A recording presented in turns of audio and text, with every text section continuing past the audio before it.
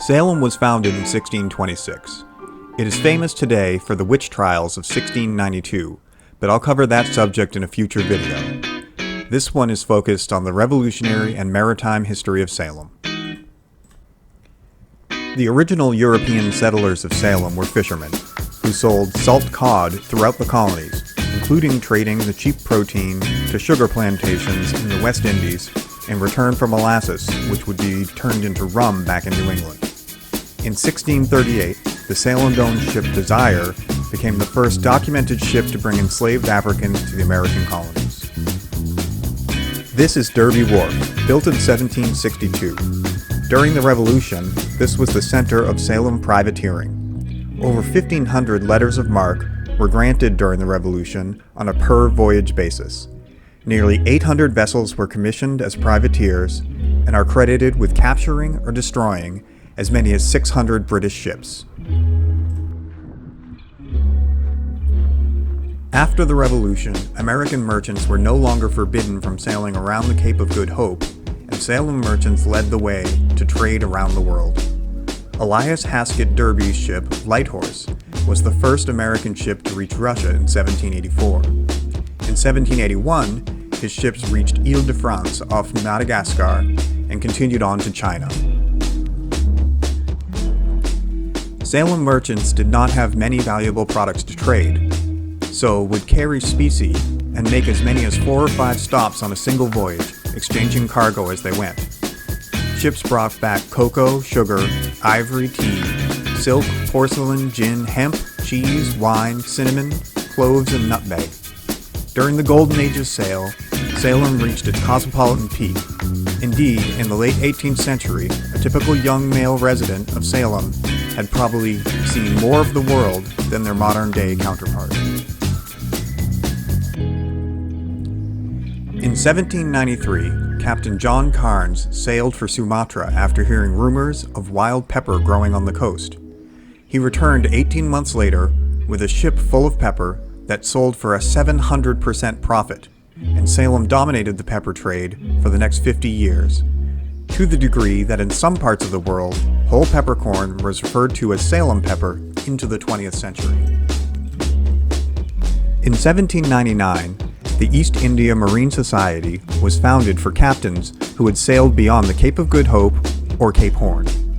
Among the provisions of the charter was the establishment of a, quote, cabinet of natural and artificial curiosities, unquote, which is what became the Peabody Essex Museum, one of the 10 largest art museums in North America. The Ying Yu Tang House is a late 18th century Chinese house that stood empty and neglected by the mid-1980s. The descendants of the original owners gave permission for the house and its contents to be relocated to the Peabody Essex Museum.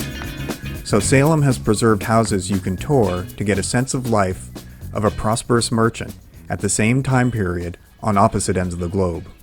Merchants that may well have traded with each other.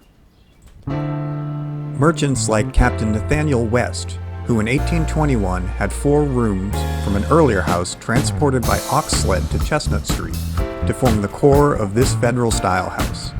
Now known as the Phillips House, it is open for tours weekends from June to October.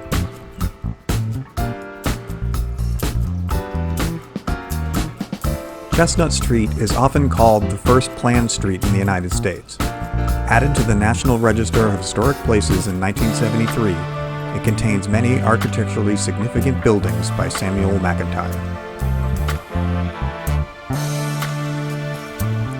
The War of 1812 drastically reduced Salem's trade, and by the mid-19th century the economy had shifted to more manufacturing, and trade had moved on to larger and deeper ports like Boston and New York.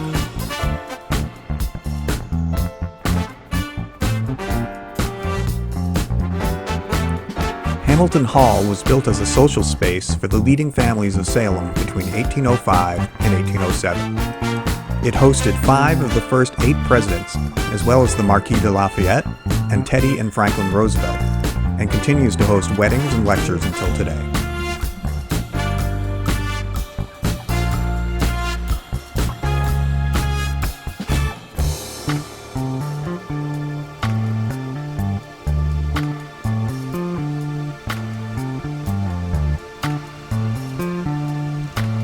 This park may be closed to dogs, but just 1 block away is the Ropes Mansion Garden. It was designed by Salem botanist John Robinson in 1912. The 1-acre colonial revival-style garden is open to all, 365 days a year from dawn to dusk.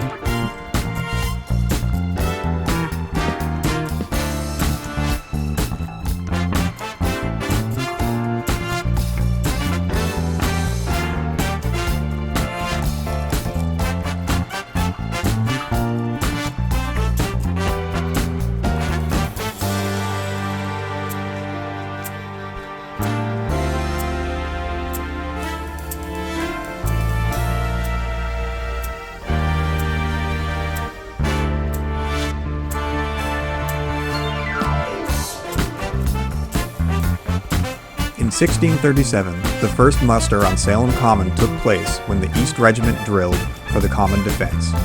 In 1714, it was voted to be, quote, forever kept as a training field for the use of Salem, unquote.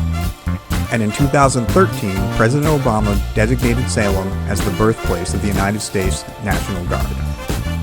Every year on April 10th, there is a parade and ceremony commemorating the events with Massachusetts Army National Guard members, veterans organizations, and living history reenactors.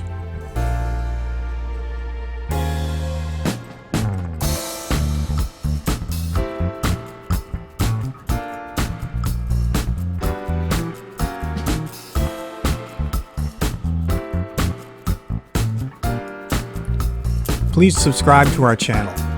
If you like this video, hit the thumbs up, and you can always comment below.